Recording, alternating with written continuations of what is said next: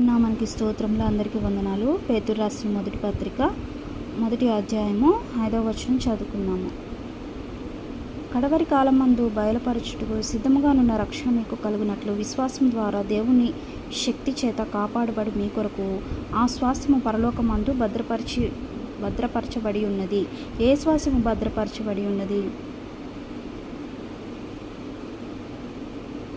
కాబట్టి ఏ శ్వాసం అంటే ఇదిగోండి పైన ఉంది. మృతుల్లో నుండి యేసుక్రీస్తు తిరిగి లేచుట వలన జీవముతో కూడిన నిరీక్షణ మనకు కలుగునట్లు, అనగా అక్షయమైనది నిర్మలమైనది వాడబారని శ్వాసము మనకు కలుగునట్లు ఆయన తన విశేషమైన కనికరము చొప్పున మనలను మరలా జన్మింపచేసెను. మరలా జన్మింపచేయడం అంటే మనము ఈ లోకాన్ని విడిచిపెట్టి పాపపు జీవితాన్ని విడిచిపెట్టి మారు మనసు పొందుకొని ఆయన వైపు త్రిప్పబడి ఆయన మార్గంలో నడవటానికి సిద్ధంగా ఉన్నవారి గురించి ఆయన వాక్యం మాట్లాడుతుంది. అలాగే మరలా జన్మించడం అంటే బాప్తిసం తీసుకోవడము. కాబట్టి కడవరి కాలమందు బయలుపరచబడి సిద్ధముగానున్న రక్షణ మీకు కలుగునట్లు.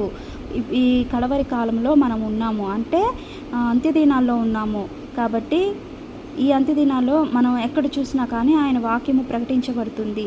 ఎక్కడ విన్నా ఆయన వాక్యాలు బయలుపరచబడుతున్నాయి. కాబట్టి మనము వాక్యాల యందు విశ్వాసం ఉంచి ఆయన నమ్ముకొని రక్షణ మీకు కలుగునట్లు, రక్షణ బాప్తిసం మనము పొందుకున్నట్లు విశ్వాసం ద్వారా దేవుని శక్తి చేత కాపాడబడు మీ కొరకు.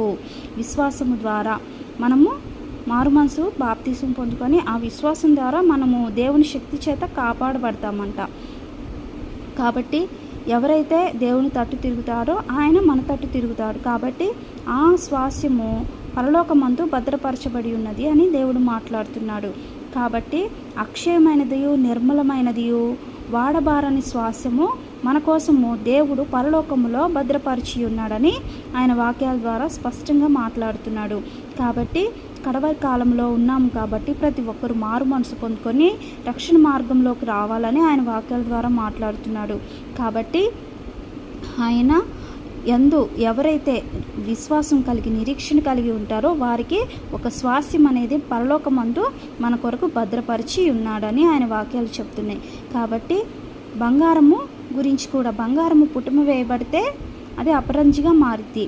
అలాగే మనము ఈ లోకంలో శోధనల యందు బాధల యందు దుఃఖము కలుగును, కానీ వాటి యందు నిలిచి ఉండాలని ఆయన వాక్యము మాట్లాడుతున్నాడు వాక్యం ద్వారా.